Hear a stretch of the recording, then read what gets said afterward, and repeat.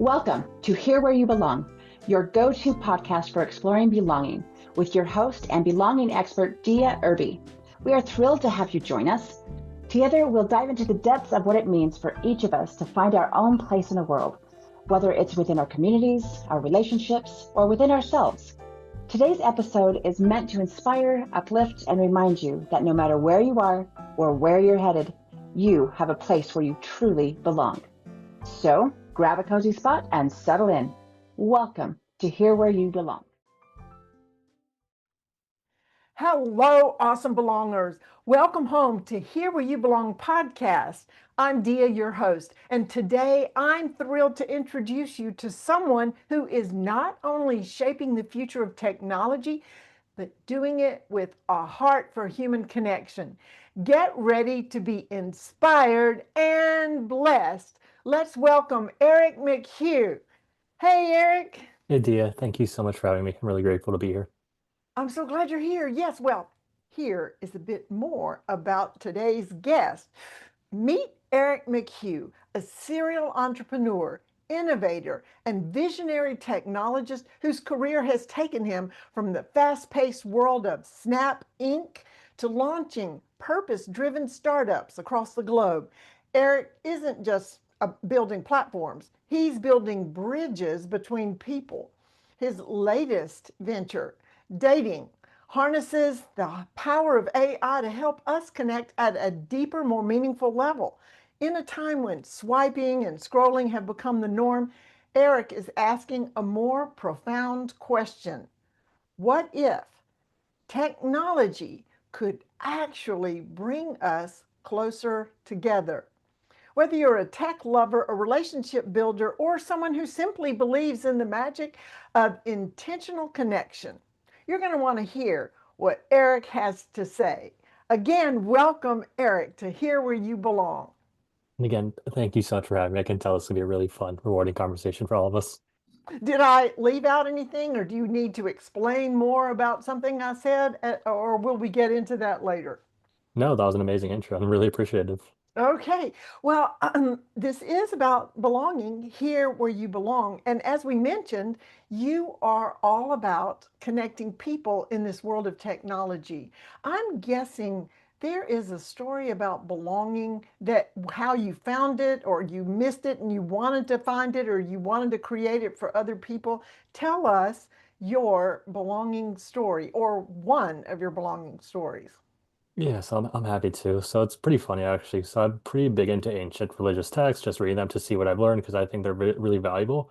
And most recently, I plugged in a lot of the ancient texts into ChatGPT or AI because what AI is, it's really good at analyzing large amounts of data and recognizing patterns. And I asked it to spit out one word, and that one word is oneness. So we're all one, and that coincides with the way I view the universe, God, the creator, however you want to see it. So the way I view it, and it could be right, it could be wrong. Who knows? Obviously, we don't know. But the way I view like if you think of God as like the sun or the universe as like the sun, we're all individual rays of light from the sun, but we come from the same source. So I'm an individual ray of light, you're an individual ray of light, but the desk I'm sitting on is an individual ray of light. But we all come from the same source, so we all belong. And once we remember that we all belong, I think life gets better. And I think that everyone has and this will relate back to dating. So I think everyone has an inner purpose, and I think everyone has an outer purpose. I think everyone's inner purpose is the same, and that's to raise their level of consciousness. Because if you raise your own level, what happens? Like you go out in the world, you raise the level of consciousness of those around them, and it creates a nice positivity upward spiral, which is why I like podcasts. And everyone's outer purpose is how do my natural God-given gifts support my inner purpose? And that's why it's important to follow your authenticity or your intellectual curiosity because I'm number one in the world at being me. You're number one in the world at being you. If I try to be you, I can't beat you at being you. If you try to be me, you can't beat me at being me.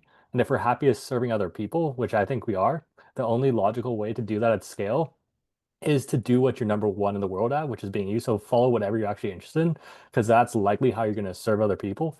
And for me, this just happened to create a dating app, which is called Dating. It's the first ever AI-powered matchmaking service. The story behind that is, I think, and again, we're on a belonging podcast, but like, I think human connection, like face-to-face connection, connecting with other people, is very important to overall human happiness. And I've noticed that social media, dating apps have pushed that needle in the wrong direction. So dating is trying to balance that by connecting people, based on traits where they're most likely to succeed and make a connection. Wait, let's stop right there. You're saying dating for your company, but it's DATAING. So it's data ing, but it's pronounced dating, which is a cool play on words because you're using the data in AI, but you're connecting people for dating. But is it just for dating? It's just for, so right now it's just for dating. So the way it works is, let's say you were to create a profile, you connect your social media, you connect your photos, you connect your Pinterest, you connect whatever you want, you chat with Cupid, and on the back end, a bunch of tags generated based on your personality, based on your digital footprint, based on your chat history, and then you those matches. So that generates a dating profile for you, and then matches are made based on your tags and someone else's tags based on compatibility and pattern recognition. So right now it's just for dating. So if you want to find matches on dating, you could. You can connect with friends too. So if we wanted to, we could connect with the play around and we can see what we have in common. You can connect with previous partner. We can connect with current partners too. But long term, I see it as an overall community, like a connection app. Like because dating, there's just a big hole in the marketplace. No one's really happy with dating apps, so that's why we're starting there. But we have the capabilities to connect anyone, whether it be like I was talking with like someone at a university. We're like, okay, we could connect your best possible dorm roommate because that's an important. That's better than doing it randomly. You can connect like work buddies. You connect friends. I could be like find me 5 guys in my local area into Muay Thai and meditation. I want to hang out with them. And then it could find me friends like that because it'll help you find a community that you could potentially belong with. And then it could suggest Oh, based on that community, it can suggest activities that you would all would like. And then you can ask questions about the community. It's like, oh, we're like me and you. It's like if we were to match on that, but like, it's our first meetup. What would you recommend we do? And it could recommend a date or an idea based on both of us. And that's really important. I really want to highlight that because it's different than what normal ChatGPT is or ChatGPT. So I mean, ChatGPT is really helpful because I'm sure plenty of people use to ask questions like, what should I do here? What should I do there? What's this person thinking? right. But the Plan issue my is, trip. yeah, Hmm. but the issue with that, if you're asking about another person, it's really just a mirror of yourself. Like if I'm asking ChatGPT about you, it's giving me answers about you, but through the lens of me because it's learning off of me. Whereas in dating, it takes both of us into consideration when it gives you those answers. So I think that's a pretty key difference.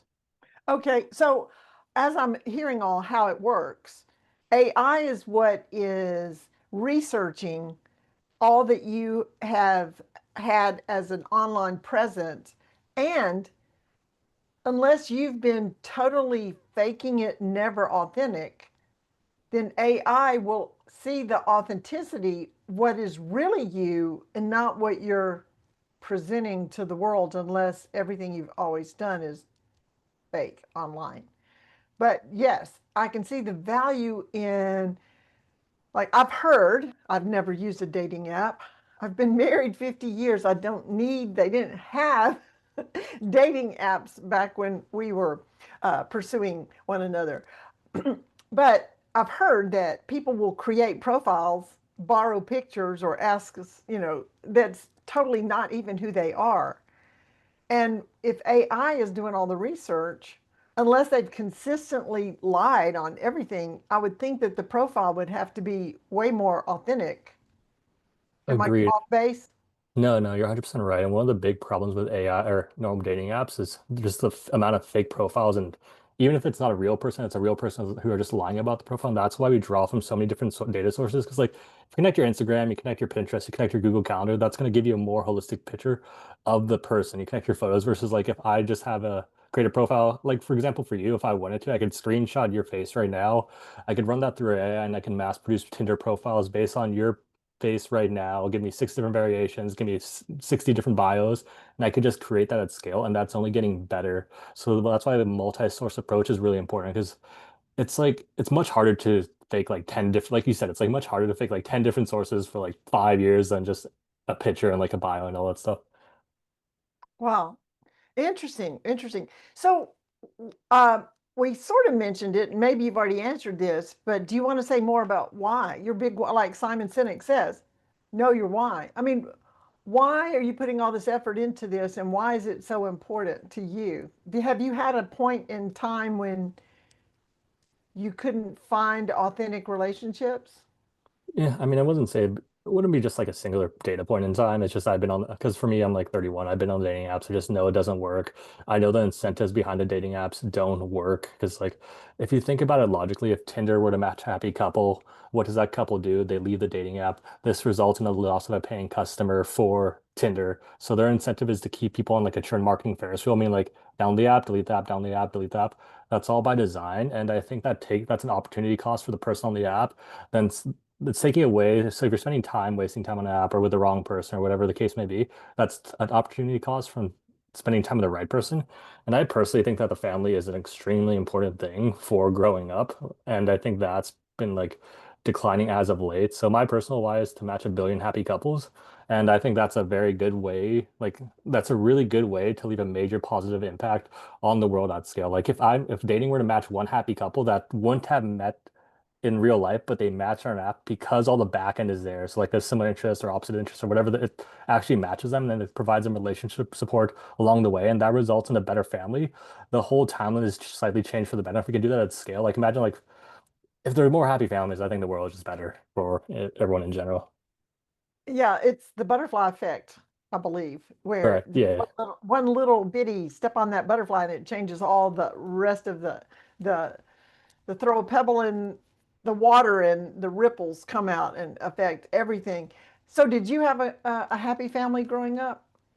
Growing up was great. Like I mean, divorced after college, so that was kind of a bummer, which actually probably helped. I mean, I'm sure that's part of the reason I had decided to create the app, but like I never really thought about them. No, I had a great family, like close to my brothers, just hang out. I hang out with my dad, hang out with my mom. I try to spend as much time with family as possible. Like, obviously, divorce is unpleasant, but like it wasn't by all means like the worst thing in the world.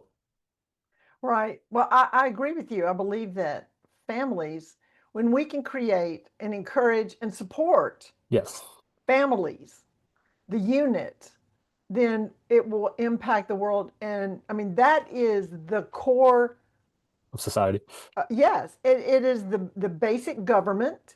It's the basic church. It is the foundational It's it's the start key. of It's the everything. keystone of. I think it's keystone of humans. Absolutely, keystone. And I've been able to see the benefit of that in our 50 years. Over 3 decades, we had 8 children. That's amazing. Actually, congratulations. They're all out making a difference in the world from their beginnings in the And family, and they and have families, and And we have that's because it came from you. Whereas, like, I'm sure you programmed that into your kid. Program's probably a weird way to say it, but I'm sure you instilled those values modeled, into. modeled, Yeah, instilled. yeah. So they knew what it comes from. Whereas, like, let's say, don't get me wrong, there are great people from broken families as well. But if they came from a broken family, that's what they see. That's how they see the world. And then that's why they're more likely to recreate that cycle. Because, like, I believe your thoughts create your reality. So whatever you think about does happen. So if you spend all your time and energy as a kid seeing a broken family, you're just thinking about broken family, broken family, broken family. And then you're going to attract that reality into your life, creating a broken family that just expands. Like, instead of a positive upward spiral, it's a negative upward spiral. But if you grow up in a happy family, which I did, like, for the most part, like, it's like, oh, that's how mom and dad should be. This is how it should be. We should go to church. We should be kind. We should be generous. We should be humble. And then you program that reality, and then that could also spread. I totally agree with that. People, whatever, especially up until age 7, whatever a person experiences, they feel like that is the norm. You grow up in a family of physical abuse. That's how it's supposed to happen. If you're disciplined with physical abuse, then that's how you think normal is, and that's what everybody else's house is like because you don't know any different. And that's why good families should be supported and encouraged and not discouraged, and uh, and really the respect for I had the privilege and the honor to be a stay in the van mom. I don't say stay at home because we You're never always were. driving. Yeah, you're moving. We were always in the van going somewhere, stay in the van mom. And somewhere along the line, the respect for that impact of being a mother had been forgotten or downgraded or I think intent. dismissed. I think intentionally downgrade or dismiss. Whereas I think being a mother is honestly the most important job that one can have. Well, there's a quote I love: the hand that rocks the cradle rules the world. Yeah. And you are molding the future the future people. You're teaching them, all the skills they need to be productive adults, contributing adults, and giving it over to a school to do it. Well, the school's going to teach them that. Well, they might, but Mm. are they going to individually love your child as much as you can and should? No. And that's a missing element in, not that teachers don't love their students, but it's not the same. It's not the same. Right. So, okay. Well, you created the app, the technology, or Yeah, you so found it. we're a founding team of three, so all of us can do tech stuff, but there's a technical guy, marketing guy, and a business guy. But we all kind of help. So it was a group idea. And how long have you had this company? So the company was formed like 1.5 to 2 years ago, but the app has been live for around 2 months or a month and a half. So Oh, it's relatively new. it's a baby. Oh yeah, it's just new, and It that's just got like born. oh, we definitely do think of it as a baby. And the funny thing is, like, since it's AI, it's always learning. So the more people on the app, the more interact. Like I said, like AI is really good at pattern recognition at scale. So every time someone interacts with the app, anytime someone connects a new source, it gets smarter and better at matching people. So right now, it's as worse as it's going to be, and it's only going to get better and better, which I think is cool. It's like a child. And it was funny. It's like when we were creating that, it really A was like a baby. yeah, no, it was like the AI would like freak out and just like say off the wall stuff. And like I remember one time we were just playing around with like early days Cupid. It broke out like a Jamaican accent for no for like one random reason. Like, Cupid, what are you doing? But yeah, no, it's a baby. So it's like I would say it's like 1 to 2 right now in terms of baby terms. Yes. And you're teaching it to talk and walk and Yeah. not say no, Yeah, no, no. that's what, no, that's a really good point because I think that's really important going forward because I think all technology is neutral. Like, I have a knife, I can use it to cut a pie, I can use it to do harm to someone. It's not the knife's fault, it's the wielder of the knife.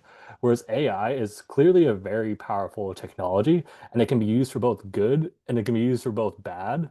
So just like raising a baby, it's actually it's pretty similar, but like just like raising a kid, you have to be the one to teach it good values and help people and all that stuff. The builders and Yeah, users of AI have the same responsibility.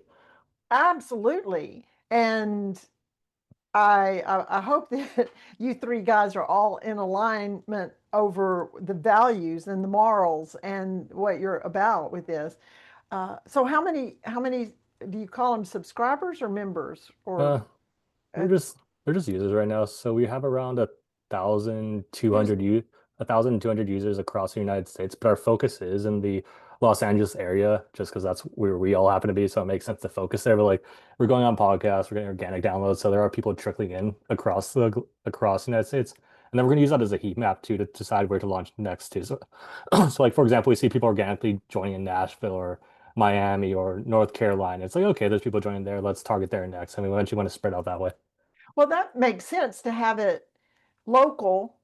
I mean, local to you, but also just because you want them to eventually meet in person. I Yeah, mean, it's like matching someone in LA and New York. I guess it's cool and all, but like in the end, it's also you want to match within driving distance. So we're following the in and out model where it's like we're focusing on one area and then we're moving within driving distance and we're gonna hit that area and that area. So that's yeah, good. yeah.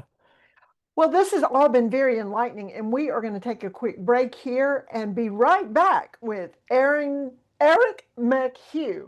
Be right back.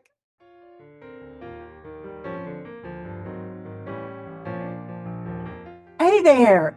Isn't my guest amazing? So glad you joined us today.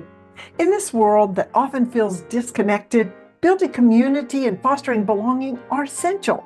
That's why I created this podcast to bring inspiring people to you, to encourage you to create that sense of belonging and community, no matter where you are. If you're being blessed by my guest, and we have some more, like, subscribe, and share this podcast. You know who needs to hear this. Stay connected, stay true to yourself, and always remember you belong. Now, back to our amazing guest.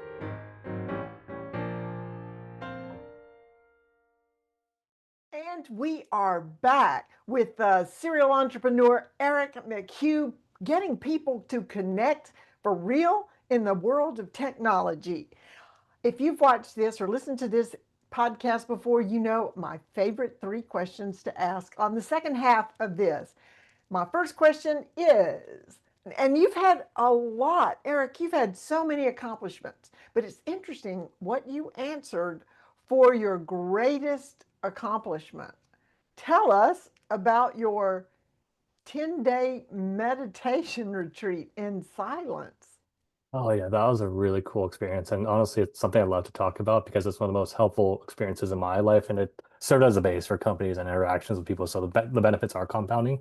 So I was fortunate enough to attend a 10-day Vipassana meditation retreat. And what that is, it's a very specific form of meditation. So it's 10 full days, all silence, all no looking at anyone, no talking to anyone, no like writing anything down. Just you wake up, so there's a meditation hall, a dining hall, a walking path in your room, and that's all you get. So it's the method that the Buddha used to reach enlightenment. So the first thing you do is you focus your area around your nostril, and then after hours of just focusing on that and natural breathing, you start to pick up different sensations. And then once you do that, you scan your body back and forth over and over again. And what this does, it extracts the traumas that you've stored through your life or lifetimes, if you believe that, it extracts them to the surface, and then you can deal with them, and then it makes you more and more lighter. So during that time, I had some crazy dreams, like some gnarly stuff. I was thinking of stuff like I hadn't thought of for like honestly since I was like 3 or 4 or 5, just like so many different thoughts had just come up. And yeah, and then you close the meditation by storing all your energy in your forehead and wishing everyone in the world peace, love, and happiness. And the cool thing is, I believe in energy, frequency, and vibration. So like, if you're on like when you're saying I'm in an emotional state, like I'm angry, happy, sad, whatever, you're saying I'm vibrating at a specific frequency, and just like a frequency, if that's why angry people attract angry people because you're on that frequency. So like a radio station, you turn to a station, you get that frequency, or you get that station. If you're angry, you're attracting angry people. You're loving, you're attracting loving people. So with the meditation, if you're wishing everyone peace, love, and happiness, the cool thing is you tend to encounter people who also wish you peace, love, and happiness. And from a business perspective or even a personal perspective, it just honestly that's just the way to do things. But yeah, great retreat, completely free. There's centers all over the world actually, and if you're inclined, highly recommend you check it out. So it's a great experience. So, how do you know what to do? Is there something written down? And because nobody's going to be telling you what to do, or are you briefed before you start your 10 days? Oh, so that's interesting. So the way I chose to do it, I just showed up without any expectation. I didn't know what it was. I thought I was going to a cult or something, but whatever. I could have just left at any point in time. But so there's a teacher. His name is Goenka. He's deceased and he's been deceased for a while. But it's all taught through a video. So like you'll do your meditation throughout the whole day, and then you have a discourse at the end where he just kind of explains to you what you went through, and it's shockingly accurate. So he kicks off all the meditations with his like, oh, like 3, 2, 1, we're about to meditate, and then he closes them, but it's all through tape and it's all done through tape, which I It, thought was interesting. I thought he'd be a person, but I was wrong. well, I'm glad he didn't show up if he's dead.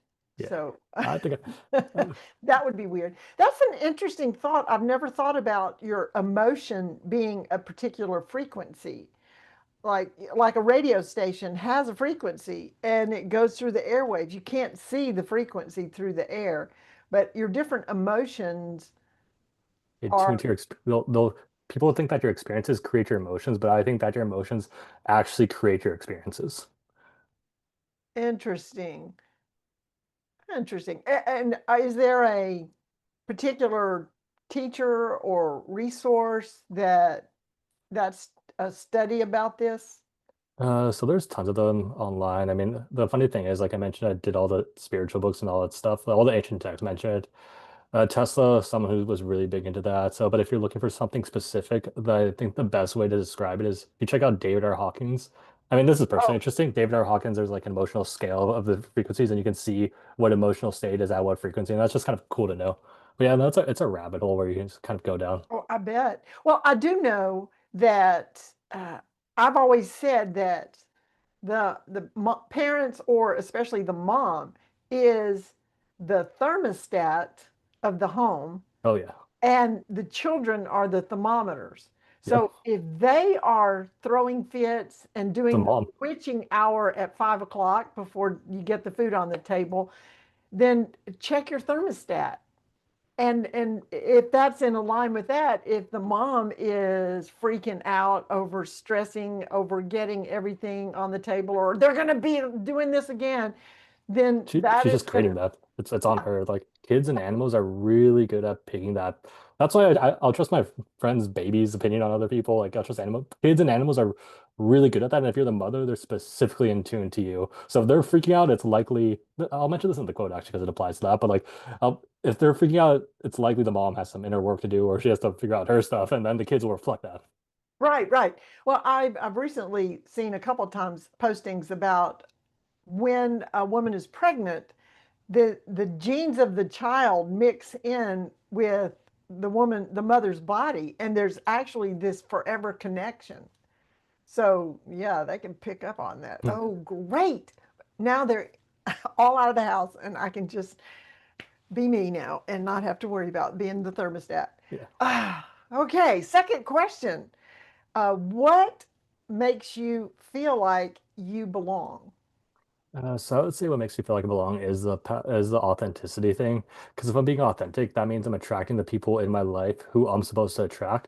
And on the flip side, it's like if I'm being authentic, I'm also repelling the people who I'm supposed to repel. So it's not like a bad thing if you cross paths with someone you're not meant to interact with them. Like I wish them the best, but like a lot of times people are wasting time, energy on relationships I really shouldn't be on. But if you're authentic, you don't really deal with that and you attract the right people. And if you're in like your like I call them the high vibe tribe, so all the people I hang out with are high vibe. If you're in your high vibe tribe, you feel like you belong. So what you mentioned prior to the podcast, that just it all just naturally fits. Like I mentioned, the vibe is the most important thing. If you're all in the same vibe with people, all those other things you mentioned fall into place. Exactly. Well, here's the thing about being authentic. If you're not being authentic, even though you think you're connecting with people, let's say your real self is number one and your fake self is number two, then all these people you're connecting with are connecting with two. Yeah. And that's not really you. And there's no way to actually have a genuine, authentic connection. You're actually doing them a disservice too if you're doing that because you're wasting their time and energy by connecting to a fake person. So you owe it to them and you owe it to yourself to be authentic. Why are people not? Why do people not I don't want, know. feel like they want to be authentic? I feel like a lot of people I think everyone's perfect in their own individual way. I think, but they're programmed to feel like they're not enough. So why would someone be fake? Like why would someone fake something to impress someone because they don't think they're not enough? So oh, I really need. I think it's an approval or attention thing usually, where it's like I want this person's approval. How do I get this? I have to be what I think they want, and then you just project. What you're really doing is projecting your own values onto them, which doesn't serve them anyways. But I think it's an approval thing. Right. And fear of rejection, Yeah, that's yeah. always a biggie, which is the same thing I as mean, rejection is really accept. rejection is really just God's redirection anyway. So I view rejection as a good thing, but yeah, no, like yeah, it's been I think it's a programming thing. So, how many people do you think a person can have genuine connection, authentic connections with? I never really thought about that. As many as I don't think there's a cap. I mean, Okay. like for example, like I think we're having a pretty authentic, genuine connection. Let's say we never talk about, I mean, let's say we never, I hope we do keep in touch. And if there's anything I can do to help you out, reach out anytime. But let's say we had this authentic connection and we never speak out again. It's like, well, we had the connection. It just wasn't, we weren't meant to just continue talking, but we still had the connection. And that's not like, it's not like our connection will take away from my connection to the next person or your connection to the next person. It actually probably enhances it slightly bit. So I think the amount of connections you can have with people are unlimited. But the amount of authentic people, that's where it's limited. Whereas, because like the way I look Okay. at connections, like they're either giving you energy or they're taking away energy from you. And you can tell when someone drains you after talking with them. So you can have Yeah. unlimited connections with people who give you energy because you're just getting more energy. Great, that's good for both of you. But you can have limited connections of people who drain you because obviously you don't have unlimited energy. And when you talk with someone who drains you, you just get less. So Right. I call them energy vampires. yeah, that's what they are. Oh, be careful about those. The meditation really helps you That's pick up with true. that. Yeah. So part of the number of genuine, authentic connections you can have is finding a number of authentic people. By being authentic yourself Yeah. and putting out that Like if frequency. only 1 in 10 people is actually being authentic, then that's Good limits luck. how many authentic connections. Yeah. Well, that's kind of a obvious. I never really thought about that. So, My I enjoyed this third question because I get to hear new quotes, usually none that I've heard before, and find out how you found this quote and why it's important to you. Your favorite quote: "As above, so below; as within, so without." Okay, that's 8 words that are very powerful. oh, 100%. And this is my favorite quote. So it's a quote by Hermes Trismegistus. And who he is, he's an ancient spiritual teacher. So if you're looking for someone to look into, a very interesting guy. So he eventually became the Egyptian god Hermes is based off of him. He was a contemporary of Moses. And eventually the Egyptian god Thoth is also based off of him. So he has some very powerful teachings that have survived the test of times. Most secret societies also base a lot of their stuff based on him. But what as above, so below, as within, so without means is so as above, so below, that just means a correspondence between the three different realms. So in his teachings, there are three different realms: the spiritual at the top, the mental in the middle, the physical at the bottom. So they all are the same. So if you're having issues in the physical realm, something's not going right, you have to switch, you can switch it in the mentals too. So if like your life isn't going the way you want to do, how do you fix that? You don't fix it in the physical realm, you fix it in the mental realm. You change your thoughts and then now reflect in the physical realm. As within, so with or as within, so without. So that's kind of what you mentioned with your mom, where your thermostat. It's like well, no, it's actually correct because the outer world completely reflects the inner world. So if you want to change the outer world, you have to change your inner world first. Like if you want to change a mirror, like if I'm going to change a mirror, I see a frown in the mirror. How do I change the frown? Well, you can't change the mirror. That doesn't work. You can try as hard as you want. It will never work. You just change the inner. So you smile and that changes the mirror. Which goes back to what you mentioned with your kids, like how you're the thermostat, like how the kids reflect the mom. And because the kids and mom, I view kids and mom as honestly like what I've had plenty of friends who had kids and like, oh yeah, like my baby Haley, she is me. Like she's literally me. And so like that's why when you mentioned, oh, if the kids are misbehaving or going out of thing, it's a thing to do with the mom, not the kids itself. So I guess that applies too. Absolutely. I really like that image, no pun intended, of the mirror Yeah. because that's so true. And it goes back to the very often heard, be the change you want in the world, that the mirror is what is, but you can't change the mirror. You just have to change yourself to make the mirror look differently. I wish there was a way to make the mirror reflect Yeah, I something mean, different, but I guess, it'd be nice, but it just doesn't work that way. And yeah, that's a very, very vivid image, again, no pun intended, to think about looking in the mirror and you have to change. Yes, and there's so much. It goes back to being authentic as well. Maybe if you're being authentic, you're going to attract people who are authentic. yeah, So well, the percentage of authentic people in your realm rises with your element of authenticity. and the cool thing is as you raise the level of frequency, you attract more and more people on that higher level of frequency that's continuously raising and creating that positive upward spiral. But there's also the flip side to that, where if you're not inauthentic, you attract inauthentic people, you lower your frequency, and then you attract bad, worse situations in your life, which just further pushes you down. Absolutely. So I don't remember who said it, but you are the sum, what is that? The five people you surround yourself with. You are the average of the five people you surround yourself with. I would think of that as more of I've heard the quote before, but I view that more as like a multiplication effect. So you're the multiplier of whatever the five people you surround yourself with. And if you believe in vibes and energies, like every time you interact with someone, your energies interact and it creates like a chemical reaction, either a good one or a bad one. So like I think we're having a good one because we're having a nice conversation. But if it were a bad one, you'd feel it as well, and that would just drag you down, which drags down the group. So it's more of a multiplier effect versus just like a straight summation. So dude, Right. that's I mean, because yeah, I mean we're in the world of with coding, with AI, with blockchain, we're in the world of leverage, and energy is no different. So it is, I believe, it is a real challenge to maintain the human element in the world of technology that we're stepping into.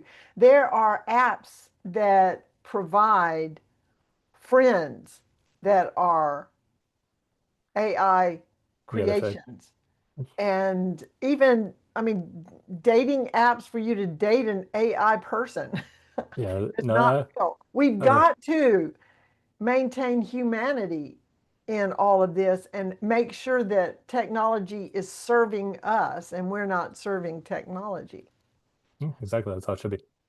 Yes. Oh, and so what you have developed, what you've birthed. Oh, you Yeah, have a yeah. baby. I know. I've always talked with my friends, and we all think companies are like babies, like similar amounts of energy too, and like care love have to go into that, otherwise it doesn't do well. Which I'm sure it's like a kid. Yes, yes. All right. Well, before we close, do you have any final words you'd like to share with our listeners?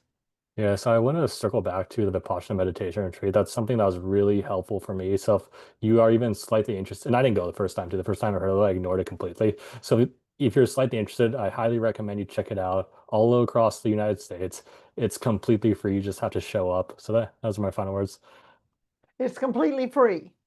Yeah, part of it you completely free. So the structure is interesting where they have their different centers and it's all donation based. So if you attend, like I donated because it had a great value. So I donated to the center because it attended me. If I wanted to donate to a different center, I wouldn't be able to because I didn't complete the course. If you were to go to my course or my center or the one I attended, you wouldn't be able to pay for it even if you wanted to, but after you complete the course, you're able to pay. And it's all self-funded. All the people who serve, all the like the two people make the food and stuff, they're all past practice of the practice. So they come back and serve the community. It's called whatever the service name is. And part of the reason it's free is because it has to be free, because for that type of work, you just have to accept it. Like if I were to pay like a grand for it or whatever, then there's some weird expectations attached to that. So like you have to be in the accepting mindset, and the freeness gets you in there. But yeah, no, the food is good. Like the room is cool. Like you have your bath, it's like there's a heater and stuff. There's just nothing to do, but yeah, it's completely free. That's interesting. It's well thought out and intentional, I can Oh, tell. it's yeah, it's in Very, yeah, very, it's very. ingeniously intentional. Like from a business perspective, the way they scaled is actually super interesting. Mm-mm. To our amazing guests, thank you, Eric. And to our listeners, belongers, stay connected, stay true to yourself, and always remember you belong. This is Dia Irby with Here Where You Belong podcast. Signing off. Bye now.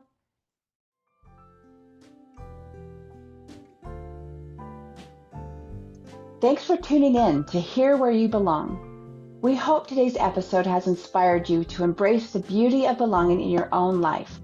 Remember, no matter where you are or where you're headed, you have a place where you truly belong. Join us again next time for more insightful conversations and heartwarming stories. Until then, stay connected, stay true to yourself, and always remember that you belong.